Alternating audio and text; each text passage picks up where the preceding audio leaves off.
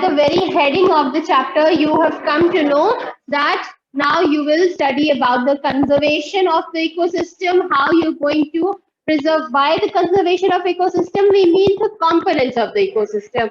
How are we going to not adversely affect the abiotic components and obviously take care of the biotic ones, right? That abiotic are the living or non-living?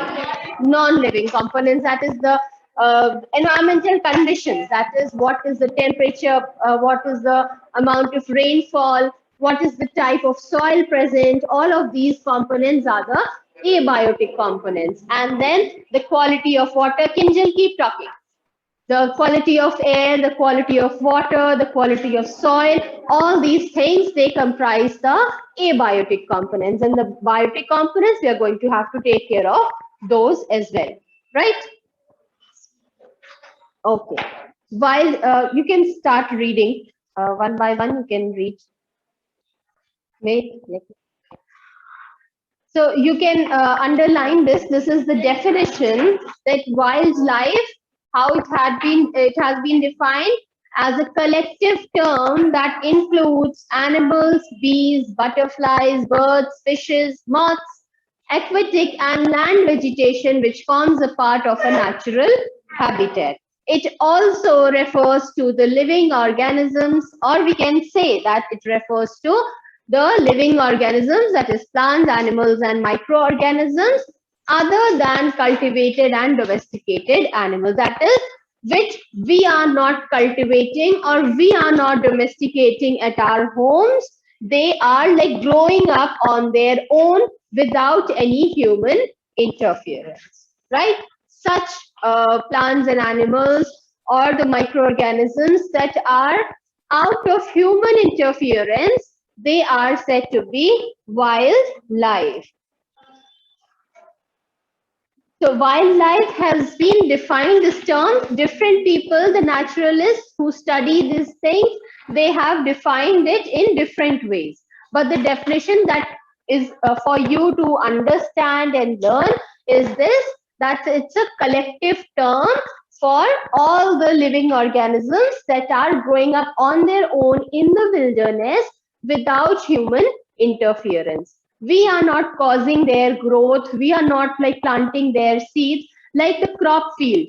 Is it, will it come in under wildlife? No. The crop fields are, taken care of by us. The forests, the marshlands, where like we are not interfering what plants are growing, how they are growing, like they are like growing up on their own. That is known as wildlife, right? So that is the definition along with the names of the various organisms you can underline and learn. Then need to conserve wildlife.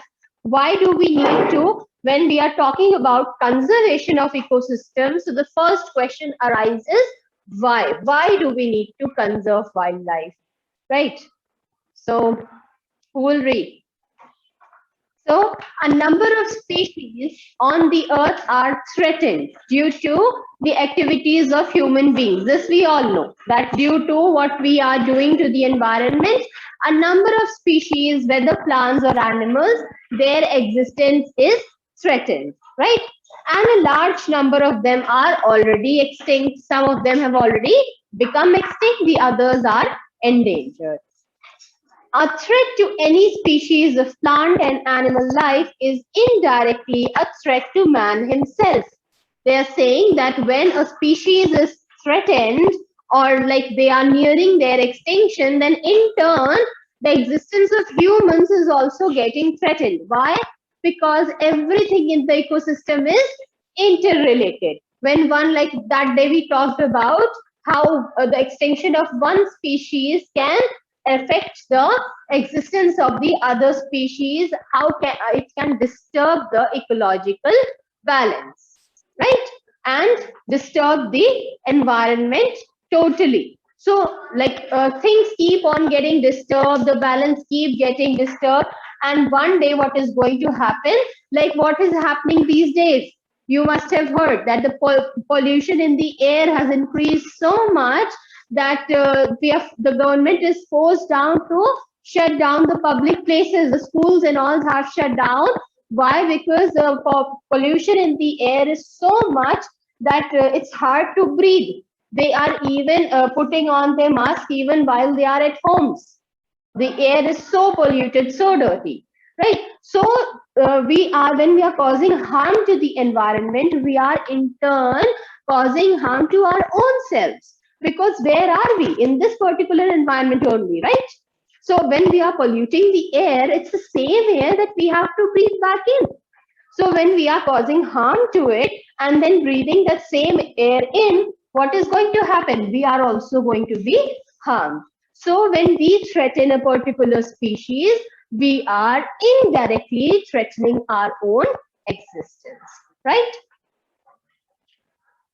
Then wildlife plays a significant role in maintaining the ecological balance, as it forms an important link in the food chain in various ecosystems. So wildlife plays an important role, a significant role.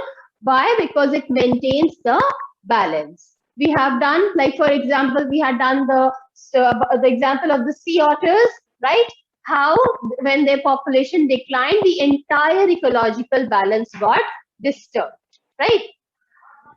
They play an important link in the food chain, and when the food chain gets disturbed, the entire balance gets disturbed, right? Because then the population of the other species are also affected. Sometimes it starts increasing, sometimes it starts decreasing, right? Which is both harmful. Not even the population increase is like very beneficial.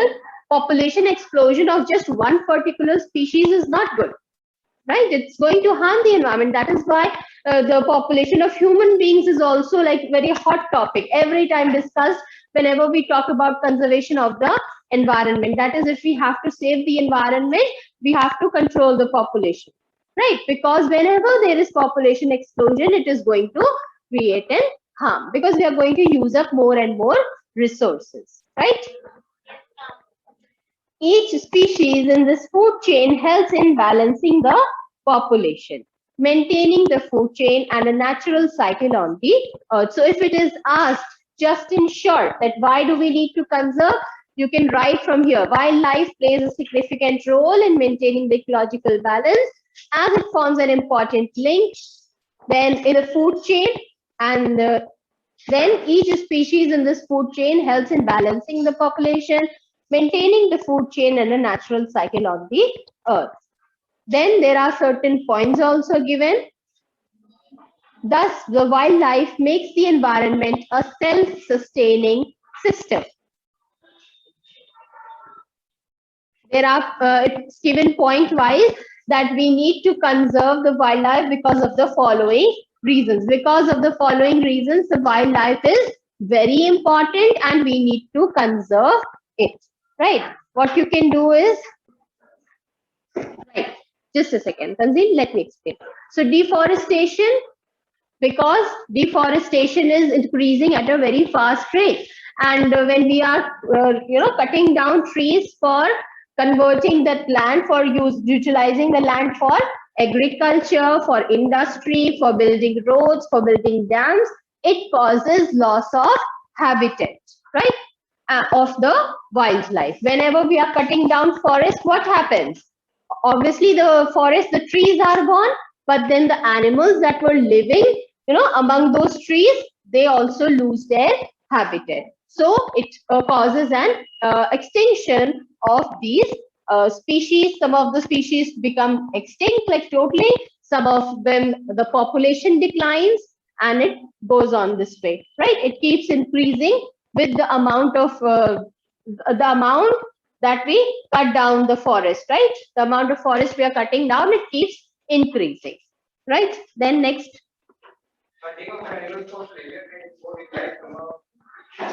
Obviously, again, the second point, when we hunt a lot, what happens is the population of a particular species starts declining. And if we start hunting like uncontrollably, without any limits, without any restrictions, then that species might even get extinct. Then Killing of wild animals for the meat, bone, fur, and meat, etc. protein has these articles which are heavy price in the national and international market. threatening the survival of the species. Fine. So when we kill the wild animals, for what all purposes do we kill the animals? For their meat, right? Like you have your herbivores, they are killed for their meat. Then for bone, certain animals are killed for their bones, certain are killed for their fur. Which ones can be killed for their fur?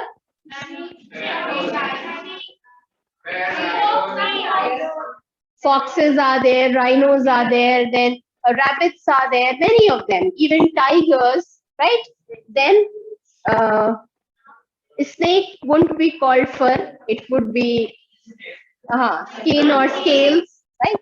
Then ivory, elephants, right? Their tusks, for their tusks, they are being killed. Then for their skin, right? Many are killed for their skin, like you have crocodiles, you have snakes, and all the reptiles. So this is that is killing of animals illegally for deriving something out of them. That is poaching, right? Hunting is done for sports, poaching is done illegally like this, so as to derive products from animals, right? So when such animals are being killed and these articles are extracted, and why are these articles extracted? Because they fetch a very good price in the market. When they are taken and sold in the market, then it gives them a good amount of money in the national and international market, both in the national market as well as the international market, threatening the survival of species. Obviously, when a lot of hunting and poaching is done, their survival is threatened. Yes, Purva, what is the matter? Yes, next point.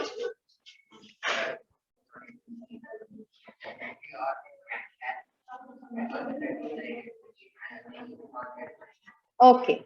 So now we have done talked about the introduced species, right? So sometimes what happens that when species are introduced,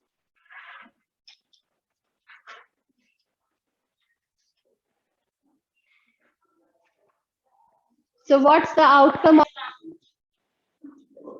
these articles? When they are sold in the national as well as the international market, they fetch a very good amount of money, and for that purpose only, for like earning money, becoming rich, these people, they hunt these animals and then they kill them, right? So but what happens in turn, it threatens these the species, the animals that are being hunted for various things. Like for example, the elephants were being poached so much that they had become endangered, so quickly steps were taken to like ban the hunting, take care of them, and now things have improved, but not like up to the mark as yet, right? We need to protect them further. Then the next point. Pollution, climate change, disturbance in the natural habitat of the land. Okay, so pollution obviously caused by us. Climate change, another thing that is brought on because of us. How this climate changes? Because when we are burning excessive fossil fuels, it gives out, what is the term? Greenhouse gases. Or a lot of are there, no? Methane, carbon dioxide, right? So the greenhouse gases are being emitted, and in turn, what they do? They trap the which rays of the sun? Ultraviolet rays of the sun, thus increasing the global temperature. And when the temperature rises, the glaciers melt, floods come, right? So there is all sorts of disturbance. You can see how one thing triggers another, then triggers another, and it keeps going on like a cycle, right? Then when we are cutting down trees, the rainfall pattern gets disturbed. When the rainfall pattern gets disturbed, again, there are floods sometimes, droughts sometimes, right? So the climate change is also brought out by humans. So pollution, climate change, then change in the drainage pattern. Drainage again refers to the water bodies. So how does the drainage pattern change? When the glaciers are melting, floods are occurring, Rainfall pattern changes, so drought occurs. So the rivers sometimes dry up, sometimes they get flooded. So they change their course, and also the drainage pattern is also affected. Leads to disturbance in the natural habitat of the wild animals. So all of these things change the, obviously affect the habitat of the wild animals. Then next. Massive financial factor, earthquake, tsunami, cyclone, hurricanes, tornado eruption, wildfire, etc. also affect wildlife communities. Fine. So this is the reason where human interference is not there. Sometimes nature also like sends calamities to various areas in the form of tsunamis, in the form of earthquakes, in the form of volcanic eruption, forest fires, right? All of these things occur naturally. This is somewhere where human interference is not present, right? But again, these things, they, what do? They destroy the wildlife of the area. Like for example, we have discussed the forest fire in Australia that took place last year, right? We have had a discussion on it. Recently, I think there was one forest fire in Turkey, right? So what happens when these forest fire occurs? All the plants and vegetation, everything is burnt, and along with that, the animals also get burnt. They too die, and the ones that are left have no food and no place to go, and they also die out of starvation. So everything is ruined. Now, what happens? Slowly, when things normalize, then again ecological succession starts taking place, regeneration of the community, right? Slowly takes many years to get things back to normal, right? Obviously, things will never be the same as they had been before, but yes, it gets improved with time, right? This is where ecological succession comes into play, right? We have done in the previous chapter. So these are the points. Obviously, if you are asked, you have to be very mindful of this, that if you are asked that what are the, like, how are we causing harm to the ecosystem, then man-made causes you will mention and not mention the fifth point. If it is just asked like why do we need to conserve wildlife, you can give all the 5 points. But if it is asked that what are, how are humans causing harm to the ecosystem, please do not mention the fifth point, because that is a natural calamity and it has nothing to do with the humans. Humans cannot stop it. We cannot, we can trigger it sometimes. Like for example, the earthquakes are increasing these days because we are blowing up all the mountains. Why are mountains there? Everything in nature has a purpose. These big huge mountains, you must be thinking, why are they present in the environment? They take up all the space and all. Why are they present? What are we doing? We are blowing up all the mountains and we are making paths and houses and all too, and we are occupying that space as well. These heavy mountains keep the plates of the earth in place. You know that this land is in the form of plates. We are floating on molten lava, right? Just the way a boat or a raft floats on the sea, similarly we are also, this land is floating on molten lava. We are not fixed in one place. You know that, right? You must have studied in geography, you know now. Yes, ma'am. Right. So these tectonic plates are held in place and they are not allowed to like joggle up and down because of these heavy mountains. They keep these plates in place. And when we are blowing up all the mountains, it is creating a disturbance, and earthquakes are, the intensity and the frequency of the earthquakes is increasing. Frequency of the earthquakes, you understand what I mean by that? That the number of earthquakes occurring is increasing day by day, and they are of more intensity also.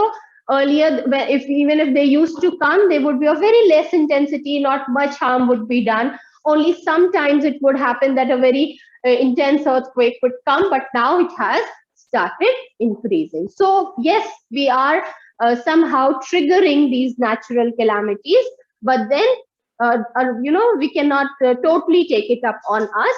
It occurs even if we do not interfere. So that is all. Just be mindful not to mention the fifth point if it is asked as man-made causes. Then you will have to provide the fifth point on your own. We are causing a lot of harms. They cannot be like they are uncountable. So I think you can form one point on your own, right? Think and form what harm you are doing. Okay. Okay. Now moving ahead, Priyam. Strategies to conserve wildlife. Hmm. Wildlife is an it makes the ecosystem stable. Any activity that disturbs them brings adverse changes to the biosphere. Too many strategies to conserve wildlife are Sit down. So wildlife is an essential component of the ecosystem. If we need to conserve the ecosystem, we have to protect the wildlife. So it makes ecosystem stable. Wildlife is what makes the ecosystem stable and balanced. Any activity that disturbs them, who is them? Wildlife. So any activity that disturbs the wildlife brings adverse changes to the biosphere. Biosphere is the entire space of the earth where life exists, right? So from the ocean bed to the level of the atmosphere up till where survival is possible, right? The entire thing comes in biosphere. So even if we disturb the wildlife slightly, the entire biosphere would be affected somehow because everything is interrelated. So there are two strategies by which we can conserve the ecosystem. What are the two strategies? Next. in situ conservation. It means conservation of wildlife in its natural surroundings or in its natural habitat. It ensures Protection of protection of the ecosystem of the original habitat and protected areas like national parks, wildlife sanctuaries, and biosphere. fine. So there are two strategies, in situ conservation and ex situ conservation. So what is in situ? It means conservation of wildlife in its natural surroundings. Means you are the place where a particular species are living, you let them be in that place itself and you take care of them in that place. It ensures protection of ecosystem of the original habitat. So this way what happens, not only is the species protected, but the habitat is also protected. Or how are we going to protect the species? We like create a boundary kind of thing, and we stop human interference to the extent it is required. If it is required, like no one should come, extreme care has to be taken, or whether some activities are permitted. So according to the need, things are regulated. So in this way what happens, there are two benefits, that the species is conserved, preserved, taken care of, and the habitat is also taken care of, right? And obviously in the habitat what happens, there are more organisms present, so in turn they also get the protection and care. Obviously when human interference is not there and care is being taken of that particular area, every species gets time to rejuvenate itself, right? So there are a lot of benefits of this kind of conservation, and includes protected areas like national parks, wildlife sanctuaries, and biosphere reserves. You people must have heard about these terms. There are national parks, there are biosphere reserves. These are like, obviously a big area is taken and then boundaries are set up and interference is stopped. And thus whatever is contained in that area is protected. Then the next point. Protection of the species outside the natural habitat. Examples are botanical gardens, aquarium parks, agricultural research centers, tree banks, tissue culture, and DNA banks. Okay. So now the other strategy is ex situ conservation. Here what do? We take the species which we need to protect and we take them in captivated areas. Like If suppose a particular fish species is being threatened, we will catch the members of that species, we will form an aquarium and put them there, and then we will take care of them. This is generally done when the members are very less in number and they are extremely endangered, extremely threatened, right? And we have to take extra care of them, pay too much of attention, keep them in front of our eyes, keep observing them throughout. So now that cannot be done in their natural habitat, right? So this is done when extra care is required for a particular species. We pick them up and we take them to captivated areas and take extra care over there, right? Okay, so now it refers to the protection of species outside their natural habitats. In artificial conditions, this term becomes very important. Now, when we take them to the aquarium or to the zoo or to the botanical gardens, then we have to provide them the similar conditions as their natural habitat. If you have gone to a zoo, you must have seen that when the birds are, the cage where birds are kept, trees are planted so that they can build their nest in those, they can sit on it, right? And then when there is where there is a lion kept, they will form a den, right? So that it can go and sleep inside, it can like feel that they are in their natural habitat. So we have to set up artificial conditions that imitate their natural habitat. So this artificial conditions term is important, right? Examples are botanical gardens, zoo, aquarium, parks, agricultural research centers, gene banks, tissue culture, and DNA banks, etc. Now, if you are asked the definition, you will define and give the example. If you are asked the difference between in situ and ex situ, you will define and then give examples, right? So there will be 2 points. First will be the definition, second will be the example.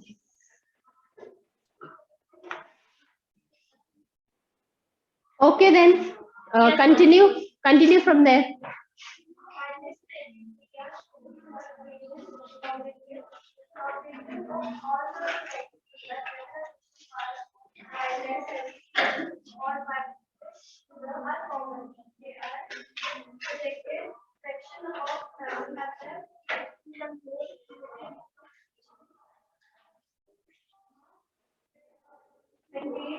Maintenance of private number of species, establishment and protection of area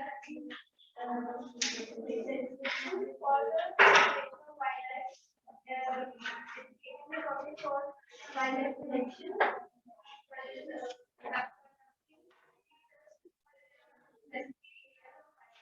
Okay, fine, sit down. So now we are talking about the objectives of the in situ conservation, right? What do we aim, right? When we are trying, like what are we trying to do when we are using this particular strategy?